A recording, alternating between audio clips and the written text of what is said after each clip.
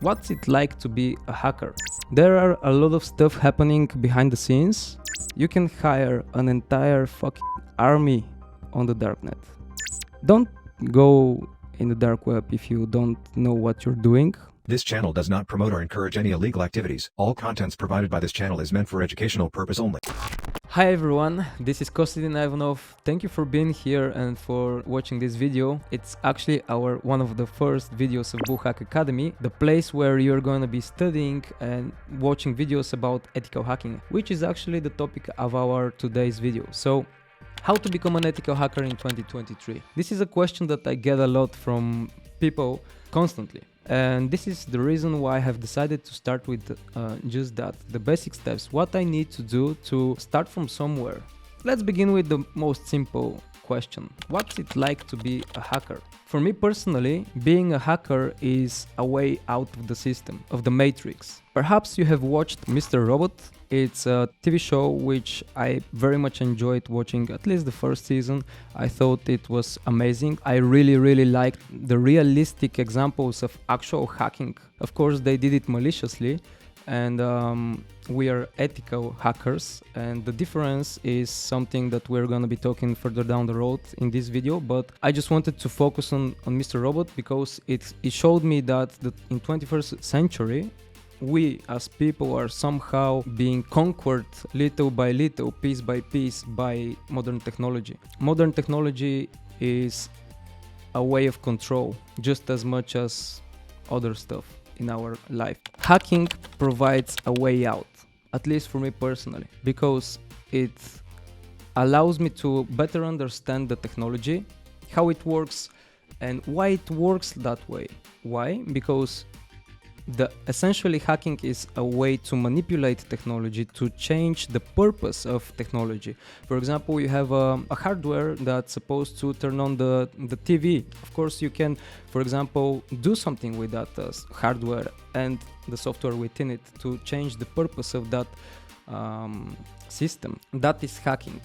To recap on what I just said, to me, hacking is a way out of the matrix. Why should I become a hacker? The question is, of course, personal. Everybody is a hacker to an extent in his own way, and everybody tries to bypass some controls that are annoying in your life, in your day-to-day stuff. Even if you are in school or at your job, there are stuff that you don't really like. We call those controls. They are put in place to prevent you doing something that you want to do. You can find a way to bypass those controls. That is also hacking. You are, in a way, already a hacker. You just didn't know that. So why a hacker? Firstly, good money. You can provide a stable income for yourself and for your family. That is really important. Secondly, I could say that this is really useful to the society we live in, because our lives are directly impacted by technology. Every day, or at least every week, we hear that a big tech company has been compromised and our data has been sold on the black market or in deep dark web. Our data, personal data, address, phones, bank statements, banking details are being sold for cents, literally cents. That's why it's important to us, the professionals at Bullhack. We believe that the more people enter the industry, the better. Thirdly, it's the best profession you can have in 21st century. I mean, come on, you're hacking stuff, you're hacking web applications, not just some regular web applications. Of course, most of the time, yeah, you have some small to medium business that needs your services to protect its systems, but sometimes, you're working for big corporations, you're working on services that you use in your normal life. For example, imagine working for Netflix someday, or doing a project for IBM, or working on public infrastructure where you are actually defending the critical infrastructure of your country. So that is, of course, really interesting, and it bears some responsibility, but at the same time, I personally enjoy it. Truly enjoy it, and I don't really take it as a real job because it's so fun. Let's move on a little bit. and talk about different types of hackers. Generally speaking, there are three primary groups, which you might have already heard somewhere. They're called white hat hackers, gray hat hackers, and black hat hackers. Me personally and other people in the cybersecurity industry are white hat hackers. They are called ethical hackers. Why ethical is a question that I always get, and most people are getting like really confused, because ethical and hacking in one sentence, that's kind of weird. It's ethical because we as professionals, as ethical as hackers, we do exactly the same stuff that other hackers do, but we always follow our code of ethics, our moral compass. We know the difference between what's wrong and what's right, and we implement it in our job. We deliver our knowledge and work in order to secure the systems that are impacted by vulnerabilities, instead of exploiting them and stealing information and then selling it to other criminals. That is the difference between the white hat hackers and the black hat hackers. The gray hat hackers are kinda in the middle. They are criminals, of course, because they're like mercenaries. I can hire that person to do something good and ethical. The next day, after he finishes the project, another person hires him to do something malicious, and he will do it for the money. So he is a criminal, or she, but they are like mercenaries, basically. Nowadays, we constantly hear of big data breaches, a lot of corporations being attacked, and a lot of major systems being compromised. That is because there is a serious threat lurking around. It's neither white or black or gray. It's state. It's called state-sponsored hackers. Professionals also put them in categories where they are structured by region from which they operate. There are, of course, Russian state-sponsored hackers. Across most Western countries, there are sponsored hackers. Across Asia, generally across the world. Every major country has a state-sponsored group that works for them to achieve political goals, to sabotage different countries, the economy of different countries, and to conduct espionage, basically mess with the politics of the country they target. That's a real threat to our way of life, because it affects us directly and indirectly. There are a lot of stuff happening behind the scenes, and the media is not really interested in talking in depth about the real threats of cybersecurity, like cyber attacks and cybercrime. Estimated cybercrime for 2021 was 5.5 trillion euros. I mean, that's a lot of money, isn't it?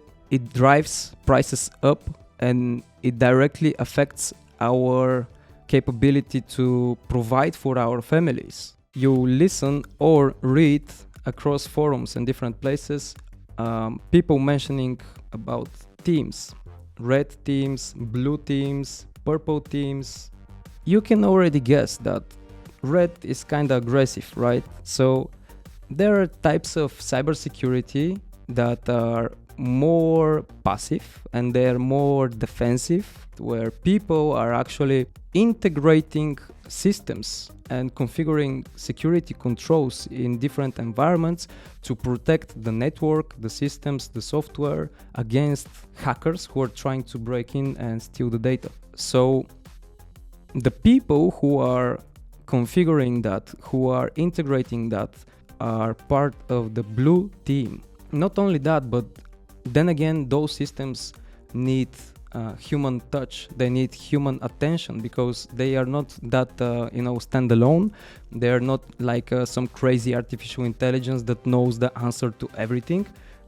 They are more like an instrument that helps other people to see what's happening on the network. The person who is trying to defend the network knows and can see a malicious activity. Those are the blue teamers.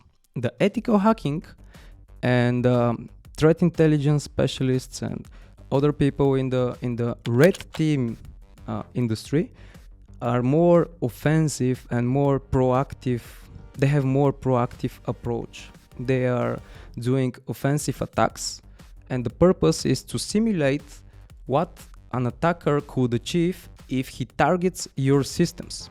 Essentially, we do exactly the same stuff that a hacker would do.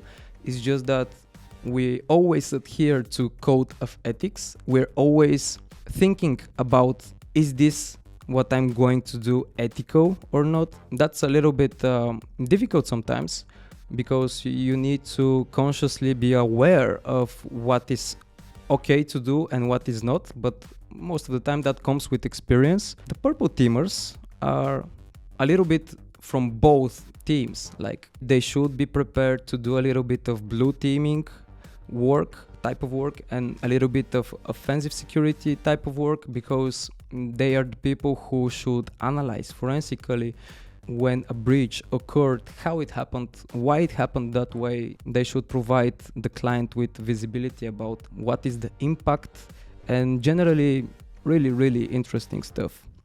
As we're talking about hacking, I get this question quite a lot, because people are people, and they always have that thought in their mind, like, oh, I'm gonna be that guy who's gonna be that hacker and I'm gonna get rich by doing that, So what are the consequences of being that guy and thinking like that guy or gal? I'm not gonna lie to you. It is extremely dangerous. With great power comes great responsibility. Don't be greedy. This knowledge that we are providing you can make your life amazing. You have really interesting job. You'll be making plenty of money. You don't need to, hack the world. You can take care of your family and, of course, even get rich by doing so. There are people making millions in the ethical industry. So there are already alternatives. You have a choice. And on one side, you have a successful, peaceful life. And on the other side, you're constantly watching behind your back, because there are plenty of people who you have wronged and they have lost probably millions of dollars because of you, and they're not just gonna let that slide, They'll be looking for you. Sooner or later, they will find you. It's either gonna be an agency in the public sector or an agency in the private sector. Yes, you heard that right. There are agencies just the same as the CIA, the ones in the public sector, but in the private sector. And you know what? They don't really play the same rules. It's a matter of time to catch up to you. If they get their hands to the best of us, they probably will get their hands on you. So stay ethical, be responsible about what you do, be useful to other learners, be useful to, of course, the people who care about you. Where can I study this? That's a really important question, right? I really want to learn this, but I don't really know where to start, what to study, what is the information I'm looking for even. This is something that I will be teaching you on that specific platform, but generally, in your own free time, you can study from tryhackme.com, Hack the Box, Pentester Lab, Pentester Academy, Burp Suit Academy, Offensive Security Academy, and more. Each of those platforms provide you with amazing opportunity to study the fundamentals and even advanced techniques for hacking in a really accessible way. Like, it's not that expensive. It's not really expensive at all. It always comes down to how motivated you are to achieve that goal of yours. How motivated are you to really become an ethical hacker? You know what? If I did it, you can do it too. Trust me. Because I've never been the smartest person, I just stayed until the end. I promise you that in the beginning it's going to be really difficult, it's going to be confusing at times. You will see real quick that there are a lot of stuff to remember, But please keep in mind that you should not think of studying ethical hacking the normal way you would study other stuff. Hacking it can be really academical, but the majority of it is really practical. Don't be afraid to start practicing stuff, and don't be afraid to make mistakes. Don't be afraid to go out of your comfort zone. My advice is mix academic, theory with practical, and you can do that on the platforms that I already mentioned before. Another question that I get a lot, by the way, is should I be good at coding? Should I be a developer? Should I actually learn to create web applications in order to be able to hack web applications? My answer to that question is yes and no. I don't think that you need to be a good developer in order to be a good hacker. I think though that you need to be good developer if you want to be an expert hacker. In your development, in your progress, at the very beginning, you should probably learn some scripting, learn basic fundamentals of programming. Start with something small like PHP, Python, learn a little bit about JavaScript, about HTML, learn the differences between the different types of languages. What is a low-level language? What is a high-level language? What is assembly language? How is it translated to binary code? How the computer understands it? Knowing that information is probably not gonna really help you hack a system, but it will increase your understanding, your insight about the software, the technology, how things work, how components work. So my advice is be curious. If you're not curious, it will be really, really hard for you. You can learn to be curious, believe it or not. For example, I thought myself, I'm not curious enough. I'm never gonna make it if I'm not curious, because how else I'm going to find a motivation to learn how this technology works if I'm not curious, So whenever I saw an opportunity to be curious, I reminded myself that I should try to at least understand what it does, how it does it, why it does it that way. It will come naturally. Somewhere around the world, pure geniuses who created that technology for us to enjoy, and you understanding it is gonna make you better hacker in a more conceptual way. Do you really need it? Sometimes, yeah, but not really that often. For this video, I have also decided to touch a little bit upon the darknet, this mystical place on the internet. Why is it mystical? I had a friend yesterday, we were talking about the oceans and about the sea levels and stuff. He mentioned something really interesting, and I didn't really think about it before, but a huge percentage of the oceans are still unknown to us. Like, we don't really know what's going on down there, Perhaps when you go on the internet, you visit Google to some search engine. It doesn't matter if it is Google or Bing or whatever, DuckDuckGo, for example. You're looking for something. You go to YouTube, you look for some videos. You go to Facebook, you look for some friends. You go to Instagram, all those platforms that we use on our daily basis. And everybody uses those platforms. And the weirdest part is that's 1% of the internet. 1 to 3% of the internet. 97% approximately is located in the dark net. It is dark net because it is not searchable by normal engines, because it requires you to have specific configuration, browser configuration, network configuration, to be able to even access the websites. Most times, for a serious platform on the darknet, you even need to be invited. You need to receive a link that is specially crafted for yourself, and only you can enter the platform through that specific link. That is 97% of the internet. My brain literally freezes when I say 97. What's going on down there, you know? It's like the ocean. We don't really know. So what we do know, however, is that this is a place where people sell illegal stuff. They're doing trade. They're trading, even doing barters. Unfortunately, a lot of our world problems are being traded there. For example, our personal data, human trafficking, child pornography, gun sales, hiring hitmans, or mercenaries. You can hire an entire fucking army on the darknet. You can hire hackers. There are no guarantees there.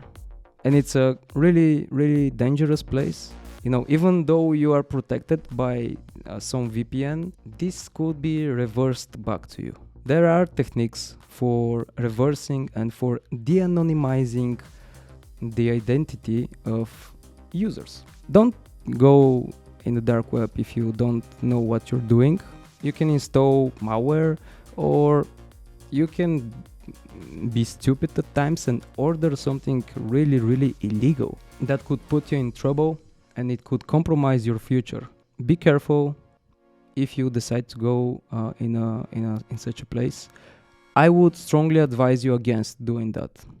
Guys, thank you for staying until the end of the video. Thank you for being here. Please like it if you did enjoy our content. Subscribe to us if you want to see more. Share your thoughts in the comments where we can discuss your issues, critiques, or if you want to share something that you have learned. And see you in our next video.